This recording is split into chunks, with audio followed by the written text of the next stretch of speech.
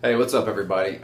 So I feel like this video is kind of a long time in the making, but recent events have really motivated me to make a video of the kind that I'm going to make today. And today I'm just going to talk sort of stream of conscious about my opinions, my beliefs, and things that I know and have learned about the Middle East, about Israel, Palestine, and the American mainstream media. So first of all, I'm standing in line today at Starbucks, and it's Saturday, and I pick up a copy of the New York Times, which I guess in some circles is considered a very prominent newspaper. After looking at the cover, though, I can honestly say it's not journalism. And looking at the cover, there was like absolutely nothing gritty or eye-opening about the conflict right now in Gaza and the West Bank with Palestine, Israel, and Hamas. And just a quick update on that. So I think it was Hamas fired some rockets like they normally do, kidnapped some Israeli people and killed them, and so Israel responded and killed like 500 or 800 people in Palestine.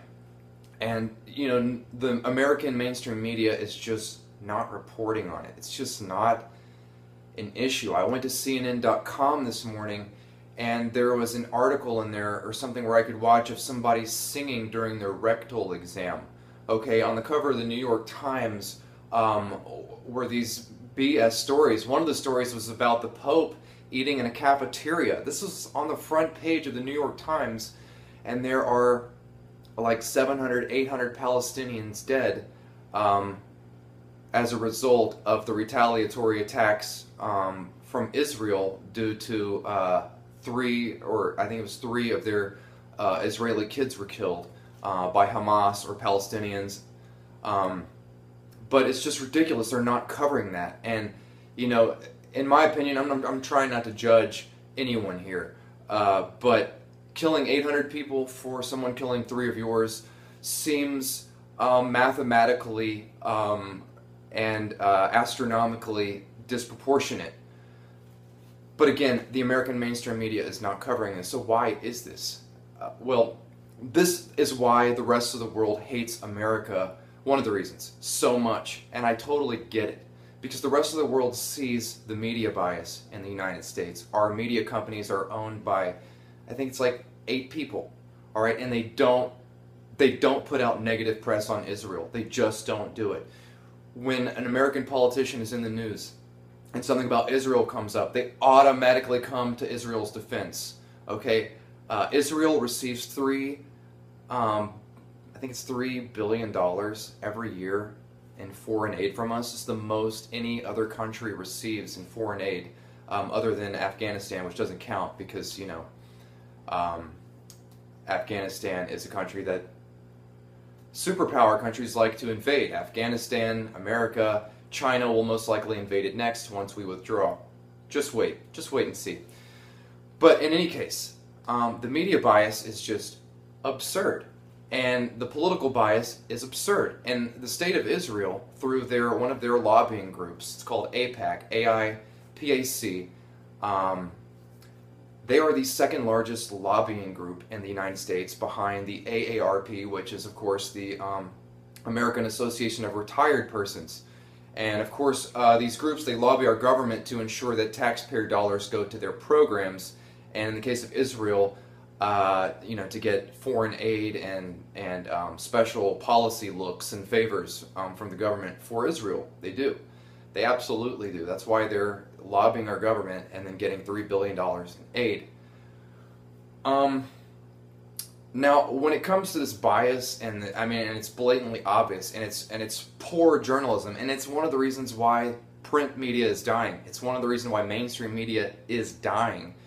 Because people like us come on YouTube, or we drop a post on Facebook, and alternative media is starting to rule the airwaves and the internet, because that's where people are going. Facebook, Twitter, Instagram, Pinterest, Google, right?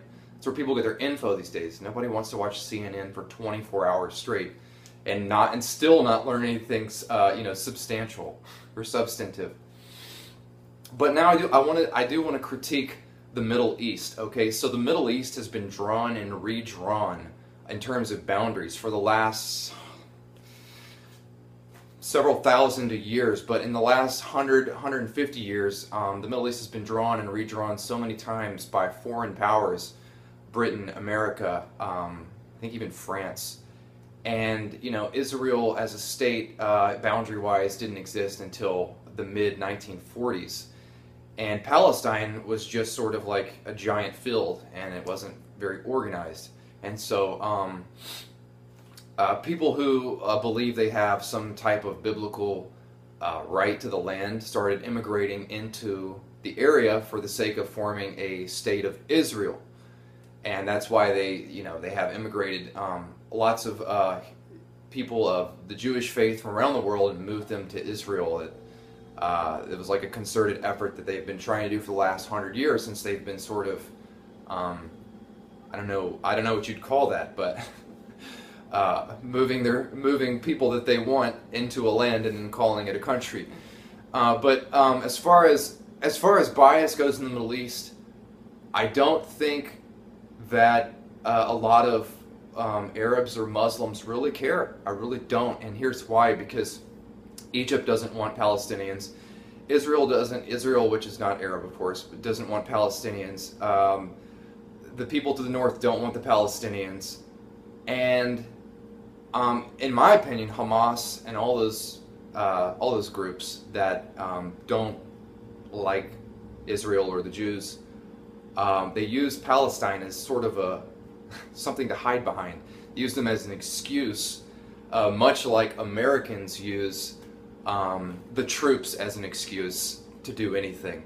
So Hamas and Iran, you know, they hate on Israel and the Jews because they say Israel persecutes the Palestinians, even though none of the other Arabs want to help the Palestinians either. Okay, and just kind of a weird story, but I think it's kind of sad and funny. There was a girl who reached out to me on Facebook, originally from a part of the Middle East near Israel, an Arab country, and we talked a little bit on Facebook and messaged each other back and forth. And one day she asked me how I was doing, and I said, "Oh, I was mad, I was upset." And she's like, "Why?" I was like, "Well, this girl I used to see texted me, and we got into an argument, and it was just, you know." And she's like, "OMG!" exclamation mark, exclamation mark, and I was like, "Yeah." And you know what else? I was really pissed too, because I went to Coffee Bean, and I just wanted to order a coffee, and they had the nerve to ask me to donate money to the U.S. troops. And even though I served in the military myself, and even though you know, the U.S. defense budget is consistently over $500 billion a year, it's usually $600 billion, $800 billion a year. The troops don't need me to give them $1 when I'm buying a cup of coffee. And I said, and you know, and this just contributes to all the BS going on. And she's like, yeah, that's insane.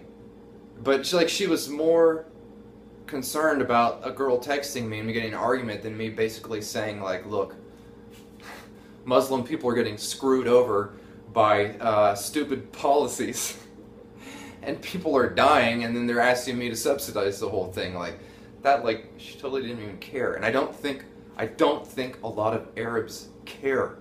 They might sit around and they might get mad.